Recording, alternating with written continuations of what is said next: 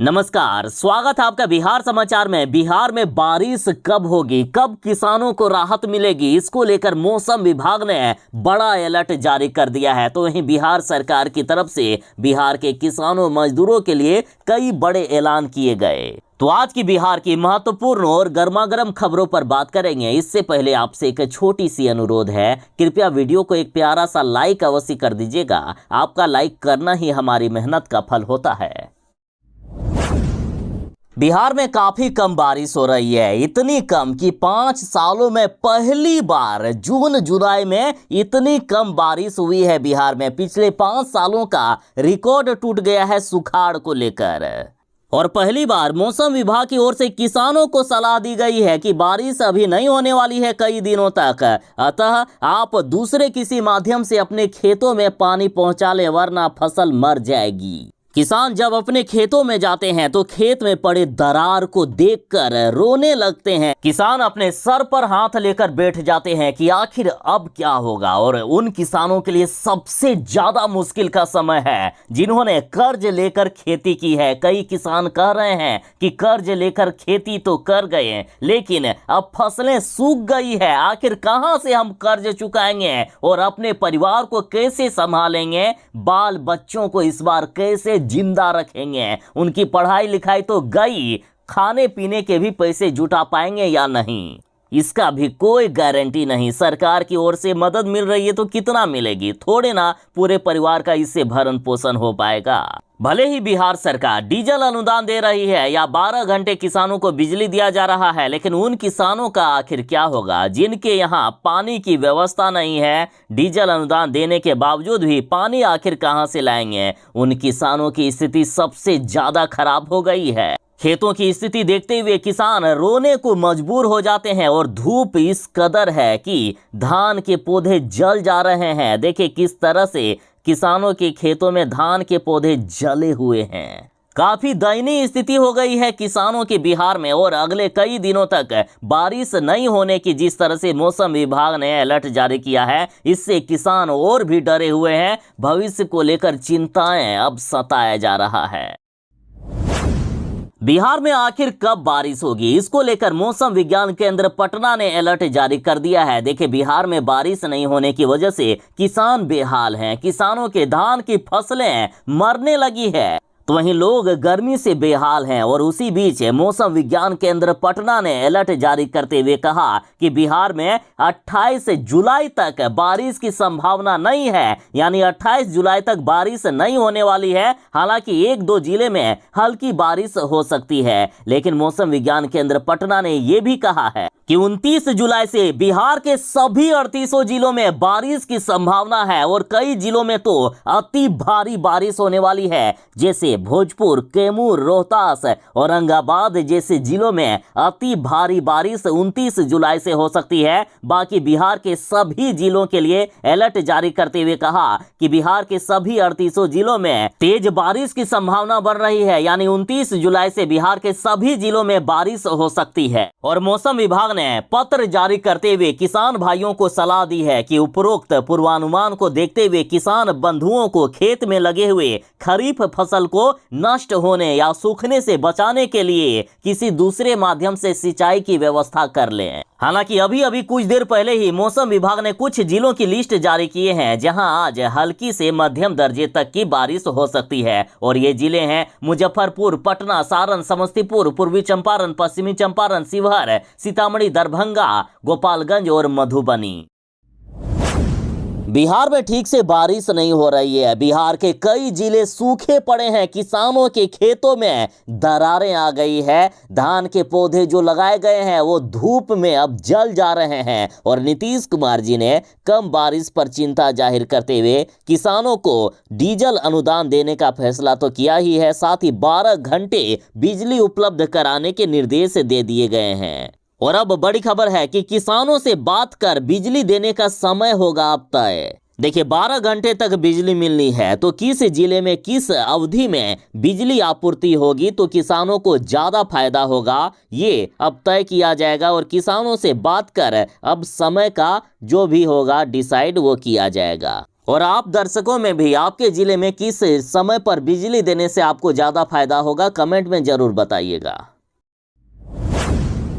बिहार के जीविका दीदियों के लिए बड़ी खबर है। देखिए, बिहार में पशु डॉक्टरों की काफी कमी है, जिसके कारण कई जिलों में पशु उपचार समय पर नहीं मिलने के कारण बीमारी के कारण मारे भी जाते हैं। और जीविका दीदियों को अब ट्रेनिंग दिया जाएगा और जीविका दीदियों को अब पशु सखी बनाया जाएगा, ताकि ये जीविका दीदियां अपने नज़दीकी के जिलों में या जहां रहते हैं उस जिले में पशुओं का उपचार करेगी, जिससे इनकी अच्छी खासी कमाई भी हो जाएगी। जीविका दीदियों को पशुपालन एवं मत्स्य संसाधन विभाग 16 दिन का प्रशिक्षण दे रहा है।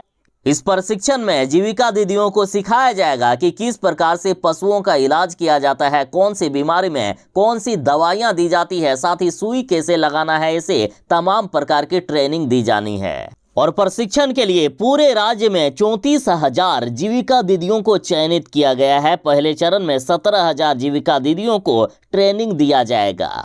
ट्रेनिंग खत्म होने के बाद जीविका दीदियों को पशु के प्राथमिक उपचार के लिए किट भी दी जाएगी। इस किट में पशुओं की देखभाल से संबंधित किताबों के अलावा दवाइयां भी होगी। पशुओं की देखभाल के बदले जीविका दीदियों को कोई मानदेय नहीं दिया जाएगा, लेकिन यदि जीविका दीदियां किसी के यहां जाकर पशुओं का उपचार करेगी तो उसके बदले उन्हें पैसे मिलेंगे। मतलब एक प्राइवेट डॉक्टर किस तरह होते हैं, उनको सरकार तो तनख्वाह नहीं देती है ना, वो खुद कमाते हैं। उसी तरह से जीविका दीदियां खुद पशुओं का उपचार करके अच्छी खासी कमाई कर सकेगी।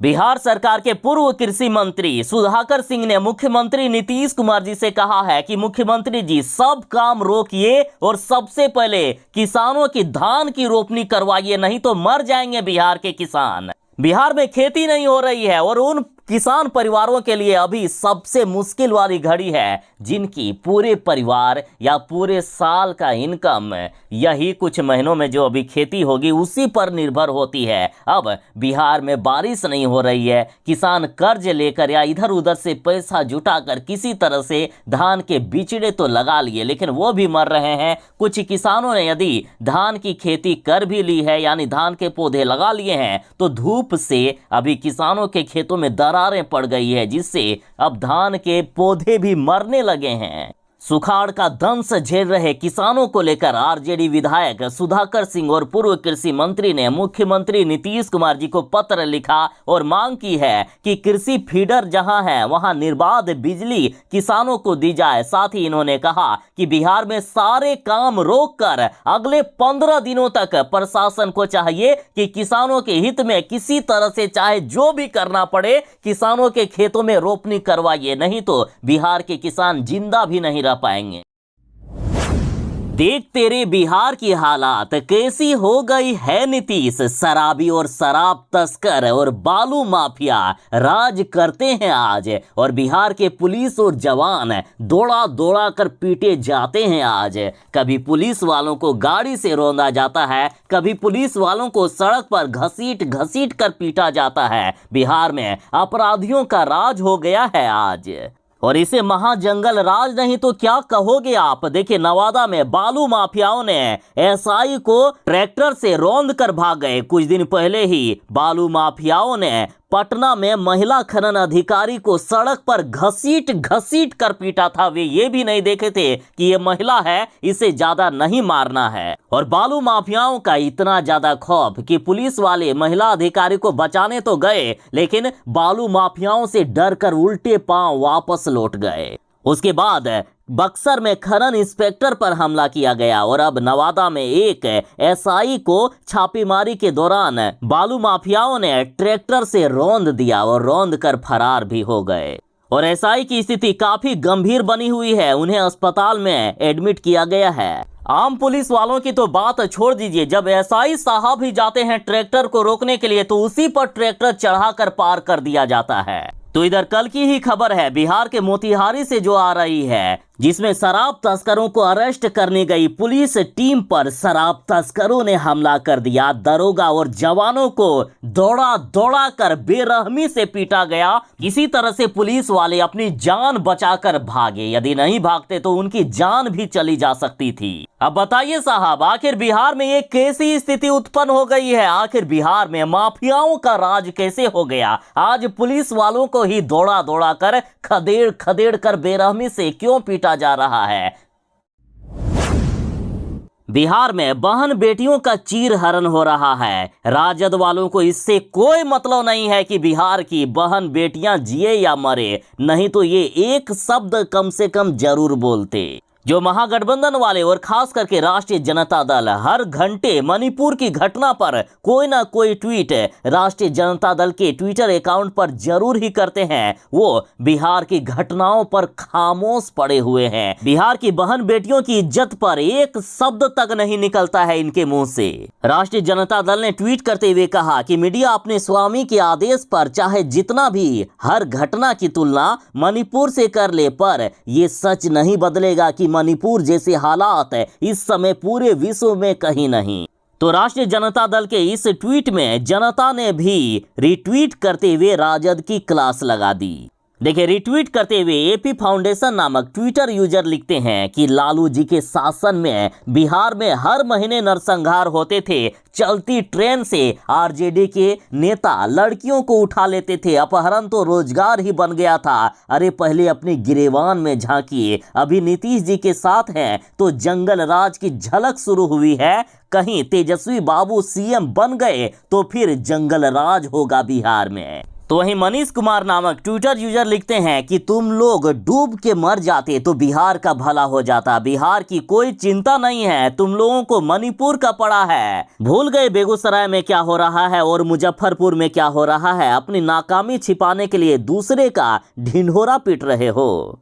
देखिए, हो ये रहा है कि इनको जनता से कोई लेना देना नहीं है। ये लोग जहां बीजेपी शासित प्रदेश है बस उसी को टारगेट कर रहे हैं ताकि बीजेपी को बदनाम कर सके किसी तरह से। और अभी तमाम विपक्षी पार्टियां, देश की लगभग सभी विपक्षी पार्टियां आपस में मिल गई है। तो दूसरे चाहे किसी भी राज्य में, चाहे बिहार की ही बात कर लें, जहां बीजेपी का राज नहीं है, वहां चाहे कितने भी बड़े नरसंहार क्यों ना हो जाए, वहां बहन बेटियों की इज्जत के चाहे कितना भी बड़ा खिलवाड़ क्यों ना हो जाए, इनकी अभी एक शब्द तक नहीं निकलते हैं मुंह से। मुहर्रम को लेकर पूरे बिहार में अलर्ट जारी कर दिया गया है। साथ ही सभी पुलिस कर्मियों की छुट्टी रद्द कर दी गई। 29 जुलाई को मनाया जाएगा मुहर्रम और सुरक्षा के लिए तैनात कर दिए गए हैं पुलिस कर्मियों को। साथ ही 1 अगस्त तक सभी पुलिस कर्मियों की छुट्टी रद्द कर दी गई है। बिहार सरकार ने कहा कि मुहर्रम के मौके पर किसी भी तरह की हिंसा बर्दाश्त नहीं की जाएगी। शांतिपूर्वक पर्व त्योहार मनाया जाए। गड़बड़ी करने वालों से पुलिस सख्ती से निपटेगी। साथ ही अभी से ही 1 दर्जन जिलों में पेट्रोलिंग शुरू कर दी गई है। बिहार में अभी बारिश होना चाहिए, लेकिन बारिश की जगह बिहार में गर्मी फैली हुई है। बिहार में इस उमस भरी गर्मी और बदलते मौसम के कारण अस्पतालों में मरीजों की संख्या बढ़ रही है। 100 में से 40% मौसमी बीमारी के मरीज अस्पतालों में आ रहे हैं। और इतना ही नहीं, बच्चे भी स्कूल में हो रहे हैं बीमार। उपस्थिति अभी मात्र 25% रह गई है। अस्पतालों में लगातार बढ़ रहे हैं डायरिया, पेट दर्द और तेज बुखार से पीड़ित मरीज। पीएमसीएच, आईजीआईएमएस, एनएमसीएच अस्पताल से लेकर मोहल्लों के क्लिनिक और निजी प्रैक्टिस करने वाले डॉक्टरों के यहां बड़ी संख्या में वायरल मौसमी बुखार, उल्टी, दस्त और पेट में दर्द की शिकायत लेकर लोग पहुंच रहे हैं। अतः जरा संभल कर रहिएगा इस बदलते मौसम में। बिहार में बारिश की जगह भी गर्मी से लोग बेहाल हैं। लगातार बीमारियां बढ़ती ही जा रही है।